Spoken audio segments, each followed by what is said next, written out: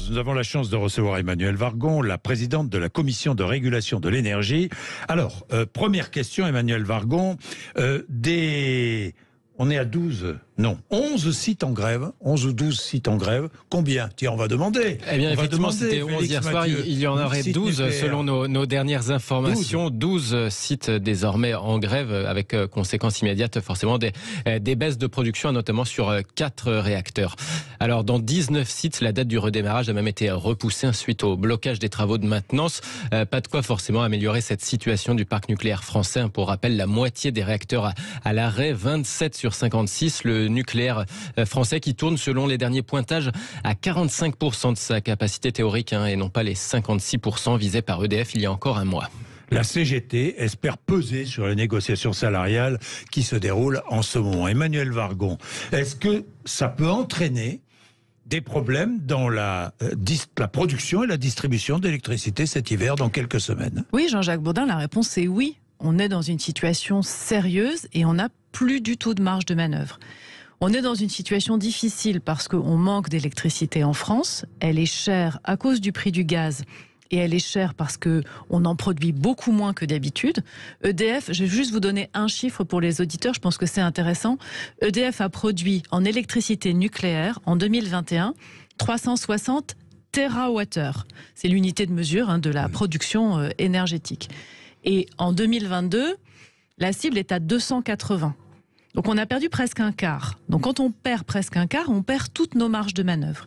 Alors EDF a un programme très volontariste, très détaillé, de remise en service de ces centrales. Mais tout grain de sable sur le chemin critique décale cette remise en service. Alors actuellement il fait doux, donc finalement tout va bien. Oui. Mais quand il va faire plus froid, et statistiquement il fera plus froid en novembre, en décembre, en janvier, le retard qu'on prend sur les maintenances, il sera difficile à rattraper. Donc c'est vraiment un appel à la responsabilité des syndicats. Il y a un accord de branche qui a été signé pour toutes les industries énergétiques. Il y a des négociations d'entreprise. Mais vraiment du blocage préventif ou du décalage de maintenance, on ne peut plus se permettre ça en ce moment. Il y a un risque réel. Il y a risque que les centrales ne soient pas... Y a-t-il risque de coupure d'électricité parce qu'il y a ce mouvement de grève? Alors, il y a une tension très forte sur l'équilibre offre-demande électricité. Et l'électricité, ça ne se stocke quasiment pas, pour simplifier. Quasiment pas, par les barrages. Donc, à un moment, quand vous avez besoin d'électricité, il faut en produire en face. Et parce qu'on en produit moins que d'habitude, parce qu'on en importe plus difficilement, on sera tendu cet hiver, d'où tout le plan de sobriété, le signal EcoWatt qui est produit par RTE. Donc à chaque fois qu'on réduit notre capacité de production, on augmente le risque d'être tendu ou de ne pas passer. Donc le risque est plus grand aujourd'hui qu'il y a un mois. En tout cas, le risque n'est pas totalement maîtrisé aujourd'hui et chaque décalage nous limite un peu de marge de manœuvre, de capacité de précaution et de capacité à passer. Et donc notre capacité à passer, elle ne viendra plus que de 2 choses, la météo, et c'est quand même difficile de s'en remettre simplement à la météo pour savoir si on va avoir de l'électricité cet hiver, et la sobriété voulue, c'est-à-dire notre capacité, des entreprises, des administrations, des collectivités, des particuliers, de baisser notre consommation un peu, en base en général, tous les jours, et de la baisser vraiment les jours où on le demandera. Mais du coup, ça sera très volontariste et ça sera tendu. Si nous manquons d'électricité cet hiver, je dis si, est-ce que nous pourrons acheter de l'électricité chez nos voisins européens, par exemple? Alors, quand on est en difficulté, en écart entre l'offre et la demande, la première chose qu'on commence par faire, c'est importer massivement. Oui. Et les Allemands se sont engagés à nous aider dans cette période. D'ailleurs, vous l'avez vu, les Allemands vont maintenir en production leurs 3 centrales nucléaires restantes. C'était un débat difficile en Allemagne parce que la coalition, tous les membres de la coalition ne sont pas d'accord. Mais ils le font aussi pour aider le système européen. Après, si tout le monde est tendu en même temps, s'il fait froid partout en Europe en même temps et qu'il n'y a pas de vent, pour simplifier, à ce moment-là, c'est difficile d'importer et c'est la réduction de consommation qui aide. Il y a plein de mécanismes, il y a ce qu'on appelle de l'interruptibilité volontaire, désolé pour le jargon, des entreprises qui disent « Ok, quand vous me donnez un signal, je coupe ». Il y a de l'effacement, il y a de la baisse de tension, il y a beaucoup de mesures techniques jusqu'à arriver au moment fatidique de ce qu'on appelle le délestage. Et le délestage, ça veut dire qu'on coupe de façon programmée pour quelques heures à certains endroits de façon tournante. nous espérons bien que nous n'aurons pas à aller au délestage, mais ça dépend aussi du comportement de tout le monde. Voilà, s'il y a délestage, si j'ai bien compris, s'il y a coupure, elles auront lieu région par région, localité par localité, département par département. Localement, en liaison avec les préfets et le gestionnaire de réseau. C'est quelques heures, c'est tournant. Mais on espère bien ne pas en arriver là. Et c'est tout l'intérêt du signal éco-watt rouge, parce que ce signal sera donné la veille, et les médias le feront, hein, les médias se sont engagés à nous aider. La veille, on dira, attention, demain, ça risque d'être vraiment dur. Donc demain, faites particulièrement attention. Pour simplifier, c'est pas le jour de faire cuire un gigot de 7 heures, quoi, en gros. J'ai compris. Alors, Emmanuel Vargon, vous dites, l'Allemagne pourrait nous fournir de l'électricité, s'est engagée à nous fournir de l'électricité. D'autres pays en Europe pourraient nous fournir de l'électricité ou seule l'Allemagne en est capable? Non, d'autres pays aussi. En fait, on est très interconnectés.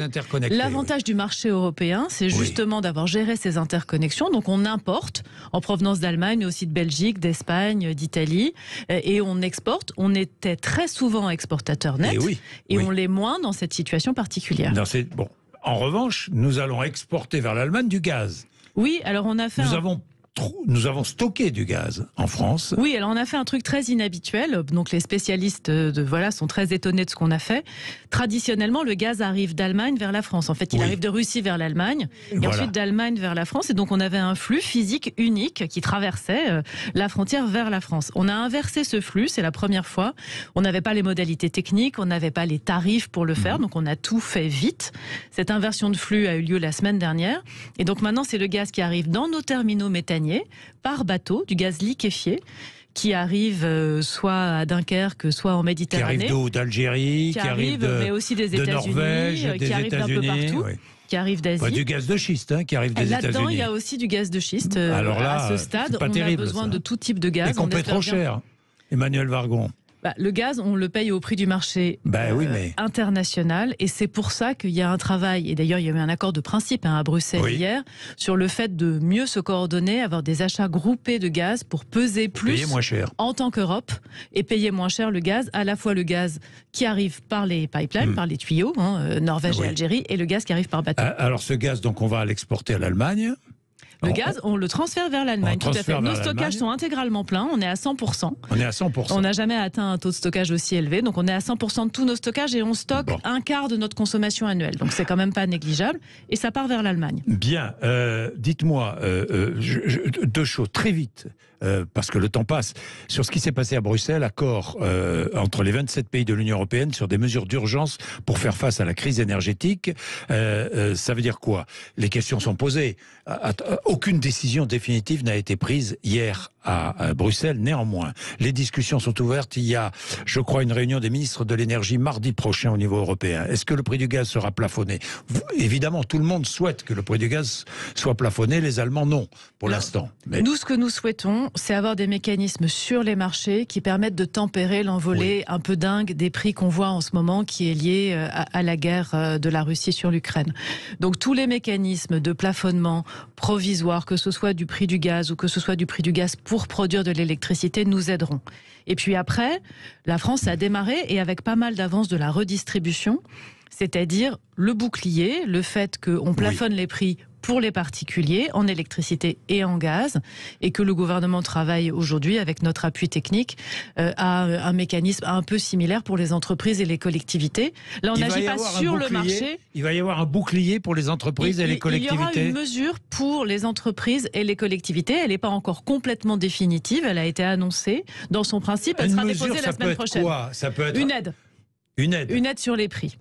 Une aide, c'est-à-dire que les entreprises, ça c'est une information très importante parce que je pense aux collectivités, je pense aux PME, il y aura une aide sur les prix pour les PME et les collectivités. On y travaille en tout cas. L'État s'y engage. L'État, alors pour le coup, moi je suis dans mon rôle de régulatrice, donc pas au gouvernement, mais le gouvernement s'est déjà engagé, l'a annoncé, il y aura une aide. Et en attendant, le régulateur que je suis, nous publions des chiffres pour aider les entreprises à contractualiser. Voilà, j'ai vu ça, oui. Pour leur dire, voilà, comme c'est très difficile de comprendre quelque chose au prix de marché, on a publié des fourchettes pour les PME pour qu'elles sachent à combien elles peuvent signer. Et en gros, c'est autour de 500 €, tout compris du mégawattheure pour l'année prochaine. C'est beaucoup plus cher que d'habitude, c'est pas 1000 non plus. Et si les entreprises ou les collectivités signent à ce type de prix, elles signent au prix du marché. Et après, l'aide qui est susceptible d'arriver viendra en déduction d'une partie de la facture. Des 500 euros. Exactement. Elle pourrait représenter quoi, cette aide? Alors ça, elle n'est pas complètement configurée. Et puis par ailleurs, c'est au gouvernement et au Parlement de décider. Ça, j'imagine. Mais enfin, vous confirmez cette aide qui interviendra dès le 1er janvier, quoi. Bon, en tout cas, c'est l'idée de le faire vite. De le faire, j'imagine. Donc, une indication de prix d'électricité pour les PME et les collectivités territoriales. Oui, je pense que nous, on est bien dans notre rôle de boussole. Oui. En fait, c'est tellement compliqué. Les entreprises sont tellement désemparées. Les fournisseurs font des offres qui sont valables 1 heure, 2 heures. On a besoin de demander aux fournisseurs d'être responsables, de faire des offres fermes un petit peu plus longtemps et de donner des indications de prix. Où est-ce que vous pouvez signer? Où est-ce que c'est raisonnable de signer compte tenu de la réalité du marché aujourd'hui. Donc en gros, entre 450 et 600 euros en fonction des profils de consommation. Vous avez tout sur le site de la Creux. Voilà, j'allais vous le dire. Dites-moi, il y a des fournisseurs d'électricité qui ne jouent pas le jeu. Alors, où en est-on justement de vos enquêtes? Alors moi, j'appelle ça des enquêtes. Mais vous avez raison, ce sont des enquêtes. Quand je suis arrivée, j'ai vraiment demandé à ce qu'on soit intransigeant vis-à-vis des fournisseurs qui optimisent sur le malheur des gens sur la crise. Parce que c'est scandaleux. Donc on a lancé une première enquête. Alors vous savez, les enquêtes, c'est forcément un peu long. Autorité administrative, procédure contradictoire et respect de la présomption d'innocence aussi. Donc la première enquête est en cours. J'ai signé la deuxième enquête hier. Donc on lance une deuxième enquête. On a eu une demi-douzaine de fournisseurs en investigation poussée qui mèneront peut-être à des enquêtes supplémentaires. L'idée, c'est aussi de protéger les fournisseurs qui font correctement leur boulot, parce que la majeure partie des fournisseurs protègent leurs clients, font leur boulot. Vous me dites une demi-douzaine. Il y a suspicion sur une demi-douzaine. Il y a suspicion sur une demi-douzaine et 2 enquêtes pour l'instant lancées. 2 enquêtes sur qui ? Alors, la première a été rendue publique. C'est un fournisseur qui s'appelle Home Energy et on n'a pas rendu public la deuxième. La deuxième, mais on a le nom.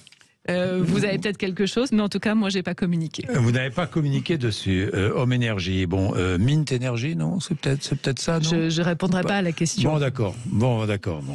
Bon, dans tous les cas, merci d'être venu nous voir, Emmanuelle Wargon, parce que c'est précis, c'est clair, et au moins, on apprend et on sait. Et on est là. On est vraiment là pour protéger les consommateurs, les entreprises, les particuliers dans cette crise et les aider à prendre les bonnes décisions. Merci beaucoup. Il est 12h26. Merci d'être venu sur Sud Radio nous écouter. 10h30, midi et demi tous les jours.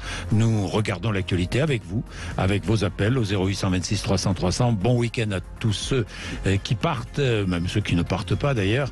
Merci, nous nous retrouverons lundi. En attendant, je suis avec André Bertrand.